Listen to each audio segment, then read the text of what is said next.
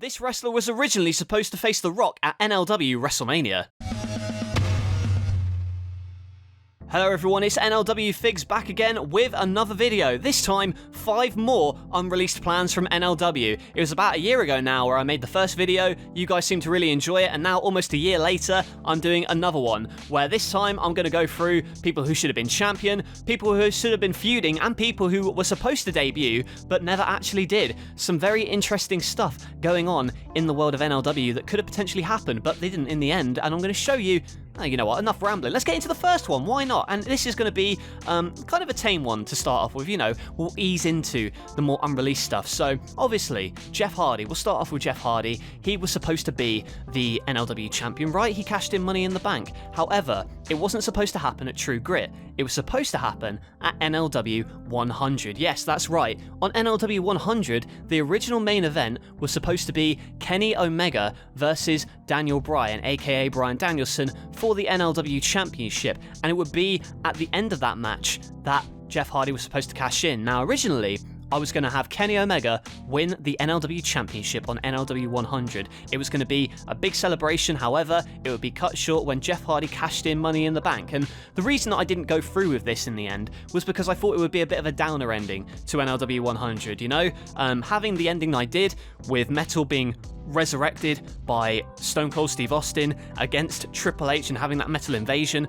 I think was a much better way of ending NLW 100, and having the Triple Cage end with Jeff Hardy winning the championship I thought was a much better idea, in my view anyway. I mean, I've always debated whether I should have had Kenny Omega win the title and then have a chase for it, but ultimately, I think that things have worked out in the end, heading into this WrestleMania. In fact, I was actually going to have a match at the Royal Rumble, a ladder match between Jeff Hardy and guess what?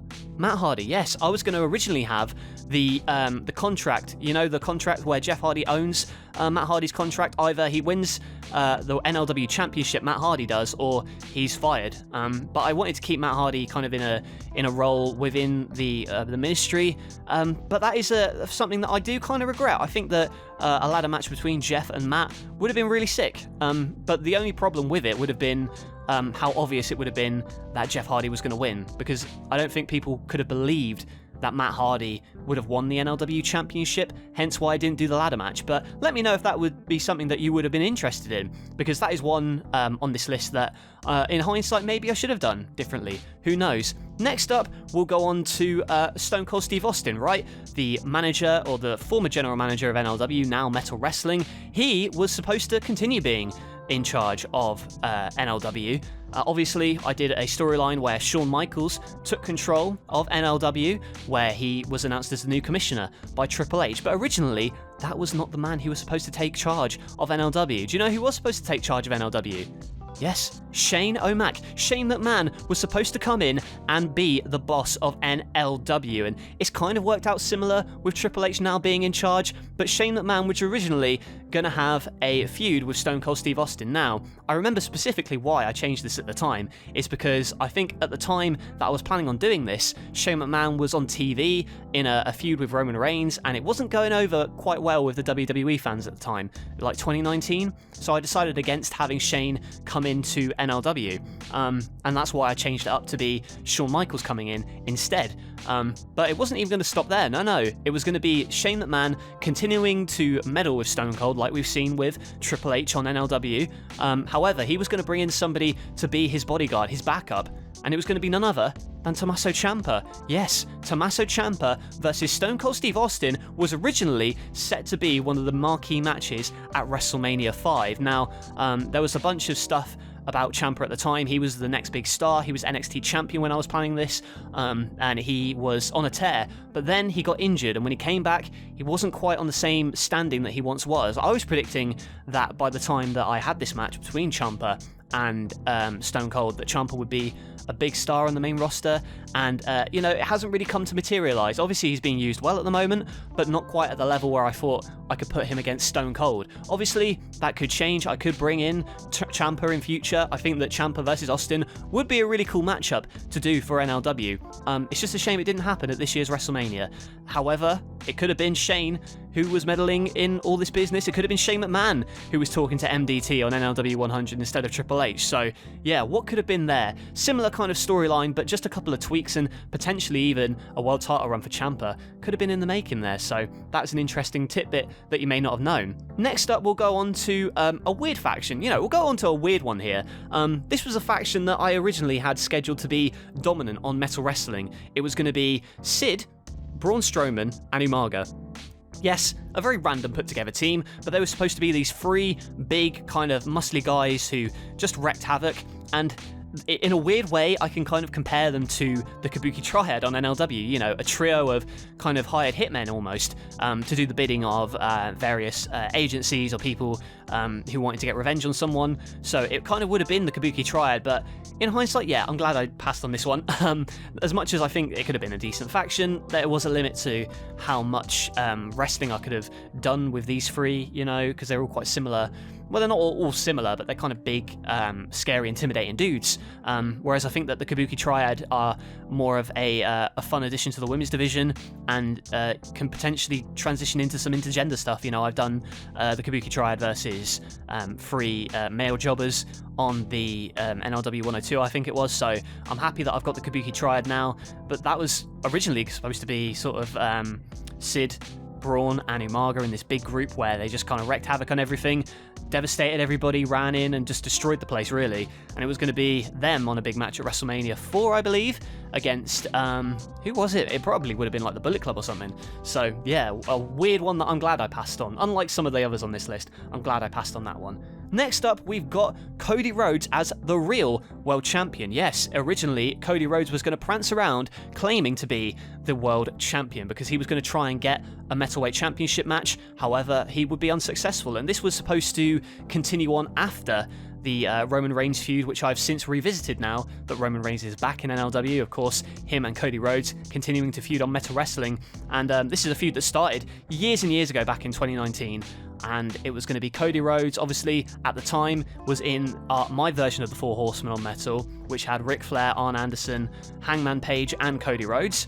And you saw that at the time, Cody was the Intercontinental Champion, but I wanted him to kind of carry around this big gold belt like Ric Flair did when he came into the WWF and claimed to be the real World's Champion, the NWA World's Champion. And I was going to have a unification match, basically, where it would be Cody Rhodes versus whoever the champion would have been. I think at one point I planned on having Kurt Angle win the championship, so potentially doing Kurt Angle versus Cody Rhodes for the Metalweight and the real World Heavyweight Championship, and then Cody would win both and then go on like a tear basically through Metal. And this is one that I wish I could have done. I think it could have been fun. For those of you who are kind of wrestling purists into your NWA, your WCW, I think it could have been a fun avenue to go down with Cody Rhodes being the world champion, the real world champion with the big gold and Ric Flair by his side.